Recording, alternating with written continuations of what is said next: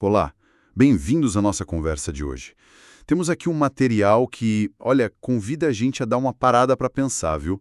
É um texto chamado Vida e Gratidão, Nossas Jornadas pela Vida.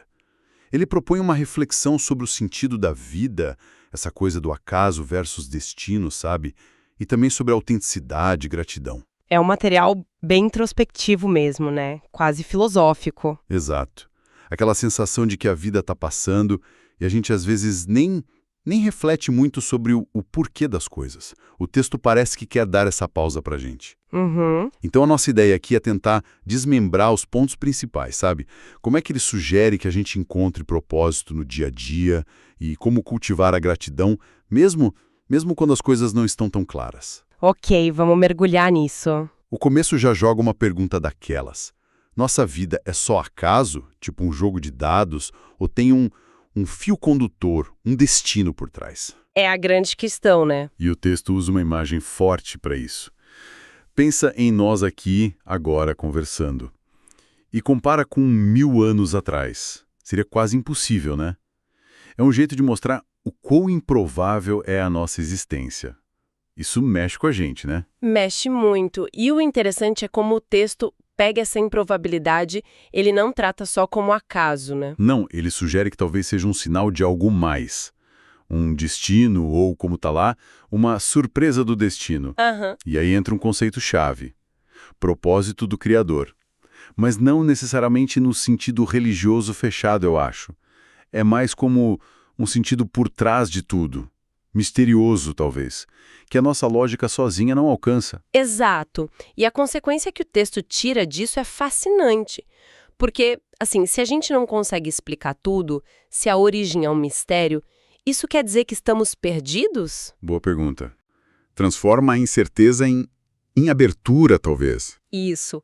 O texto meio que diz que a própria experiência humana, as conexões, as superações, mostra que a gente não está totalmente à deriva. Sugere que não fomos abandonados por essa força maior, o Criador. É uma sensação sutil de suporte, sabe? Como se tivesse uma rede ali. Aceitar que não sabemos tudo não é fraqueza. É o primeiro passo para aprender de verdade. Essa ideia do eterno aprendiz é muito boa. E se a gente está aqui para aprender, isso leva a outra questão do texto.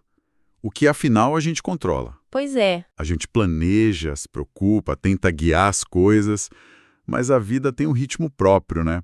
O sol nasce, as estações mudam, tem algo maior ali, que independe da nossa vontade. Com certeza. E é nesse cenário, que a gente não controla 100%, que acontecem as experiências que o texto diz serem fundamentais. Tipo, conhecer pessoas importantes, descobrir a compaixão. Sim, o perdão, aprender a proteger, ajudar, compartilhar. Exato. E amar, claro. São coisas universais, mas que cada um vive de um jeito único. Único mesmo. Aí a fonte pergunta, essa percepção tão pessoal que cada um tem da vida, será que é só acaso? Biologia? Química? Ou tem algo mais aí? É provocador, né? Muito. E a sugestão para lidar com isso é bonita e prática. Viver com mais fluidez. Sim, essa fluidez é chave. O texto usa a metáfora de degustar cada instante, sabe? Como quem saboreia uma comida boa, um vinho, especialmente junto com outros. Não é só o prazer pelo prazer, então. Não, é sobre estar presente, absorver o momento, sem a mente ficar pulando para o passado ou futuro, sabe? É quase uma meditação no meio da correria. Ah, entendi. E se a gente conecta isso com o resto, essa presença, essa degustação permite que a gente viva as emoções de forma mais autêntica. O texto defende isso. O valor de sorrir, rir, chorar sem filtro. Ser genuíno. Isso. Mas vai além. Diz que perceber o sofrimento no outro, a preocupação, a ansiedade, não é só empatia. É um espelho também. Como assim? Ao reconhecer a dor lá fora, a gente aprende a nomear e lidar com as nossas próprias angústias. O aprendizado acontece na relação, na troca. Isso faz muito sentido. A gente não está isolado nas emoções, mas o texto também dá um alerta importante, né? Sobre o tempo. Ah, sim. O tempo que escoa. Aqueles pensamentos que ficam voltando, sabe? a ruminação, ou simplesmente a falta de atenção no agora. Isso pode roubar momentos preciosos. Com certeza. O texto até usa uma expressão forte, que a gente pode perder nossa missão. Que missão seria essa?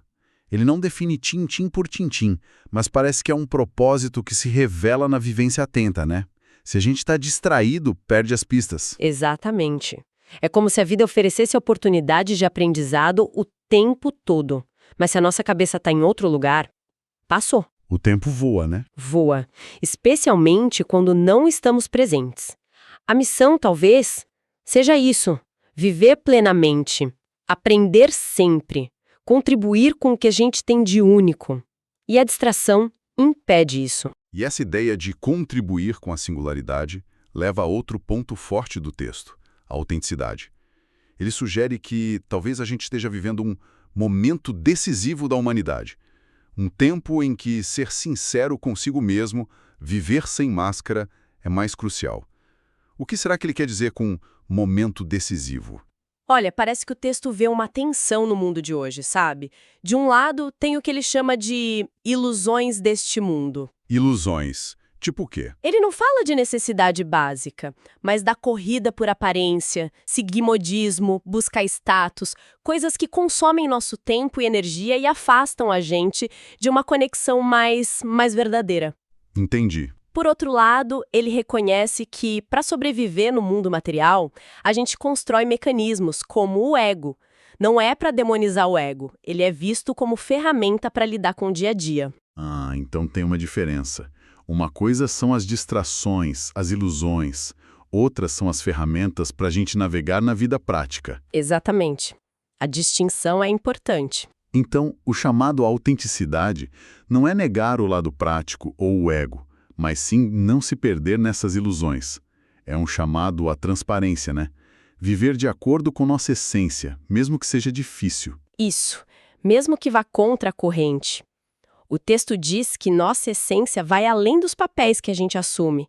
É tipo, seja o ator, mas não esqueça quem você é por trás da máscara. Boa analogia. A autenticidade, então, é essa coragem de expressar nossas verdades, nossos valores.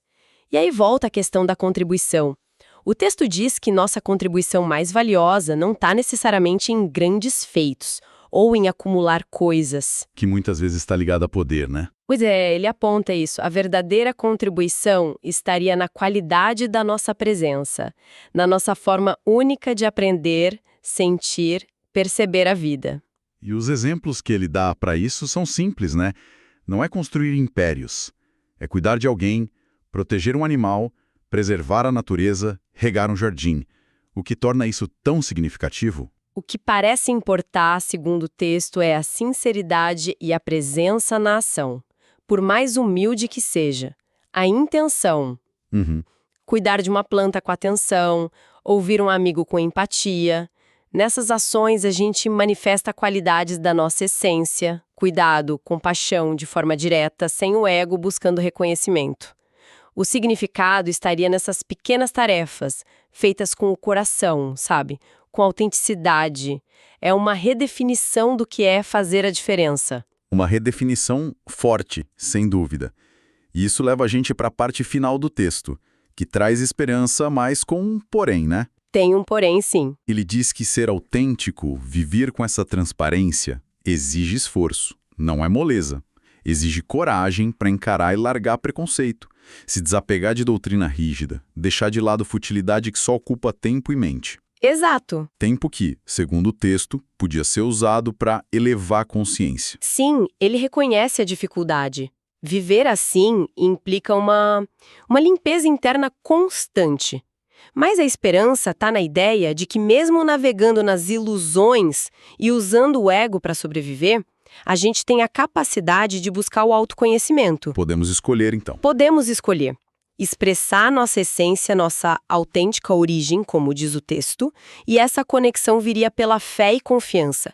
Não fé dogmática, talvez, mas uma confiança no fluxo da vida, naquele propósito do Criador lá do começo. É um convite a ouvir mais a intuição, né? O coração. Exatamente. E é interessante como ele fala da ansiedade que pode surgir. Porque buscar respostas, questionar, ser autêntico, isso pode dar medo, né? falta de garantia. Claro, gera desconforto. Mas o texto contrapõe essa nossa ansiedade com a calma da própria vida. Diz que apesar da nossa agitação, a vida continua fluindo com uma sabedoria própria, num ritmo mais sereno. É um ótimo lembrete. Ele nos lembra que não somos só a biologia reagindo a estímulo, tipo um relógio biológico. A gente tem consciência. Essa capacidade de se observar. Sim, de observar nossos pensamentos, emoções, o mundo. O texto chama isso de nossa natureza metafísica. Essa capacidade de discernir entre a vida só material, de sobrevivência, e uma dimensão mais sutil, de significado. Espiritual, talvez. Pode ser. E a sugestão final, que amarra tudo, é justamente essa entrega mais confiante à fluidez da vida. Mas não passiva, ativa. Como assim ativa? É no meio das tarefas do dia a dia, nos encontros, nas responsabilidades, que a gente tem a chance de praticar essa autenticidade. É aí que podemos fazer as coisas simples, uma conversa, um trabalho, um cuidado, com sinceridade, com carinho, respeito. Pequenos atos com grande presença. Isso! Pequenos atos que acabam elevando nossos pensamentos e, quem sabe, inspirando outros. Então, resumindo as ideias que a gente explorou aqui a partir desse texto, a vida é apresentada como uma dádiva incrível, quase um milagre, uma surpresa do destino ligada a um propósito do Criador, mesmo que misterioso. Reconhecer isso já levaria à gratidão, que ele chama de o mais belo sentimento humano, e a jornada pede autenticidade, transparência e aquele equilíbrio delicado entre o material e a busca de sentido. Então, na prática, o que tudo isso significa para a gente? Boa pergunta para fechar. Parece que a mensagem central é: não estamos perdidos. O propósito não está lá longe, numa meta grandiosa. Ele se revela aqui e agora, nas tarefas comuns, quando agimos com sinceridade, com cuidado, nos conectando com nossa autêntica origem em gestos simples, mas cheios de significado. É encontrar o extraordinário no ordinário, né? Exato. É isso. A síntese é essa conexão entre aceitar o mistério da existência e o chamado para viver de forma autêntica e grata. O sentido não estaria tanto nos grandes feitos, mas na qualidade da nossa presença, na sinceridade dos momentos, nas conexões que a gente cultiva. Na resposta aos desafios do dia a dia. Exatamente. E isso, claro, deixa a gente com uma última provocação para pensar. Se a nossa contribuição mais valiosa, como o texto sugere, está na nossa forma única de sentir, de perceber, de aprender, como que a gente pode, no meio da correria, das distrações, das pressões de hoje, cultivar ativamente essa percepção singular? Como criar espaço para que essa autenticidade não seja só um ideal bonito, mas algo que a gente realmente viva no dia a dia?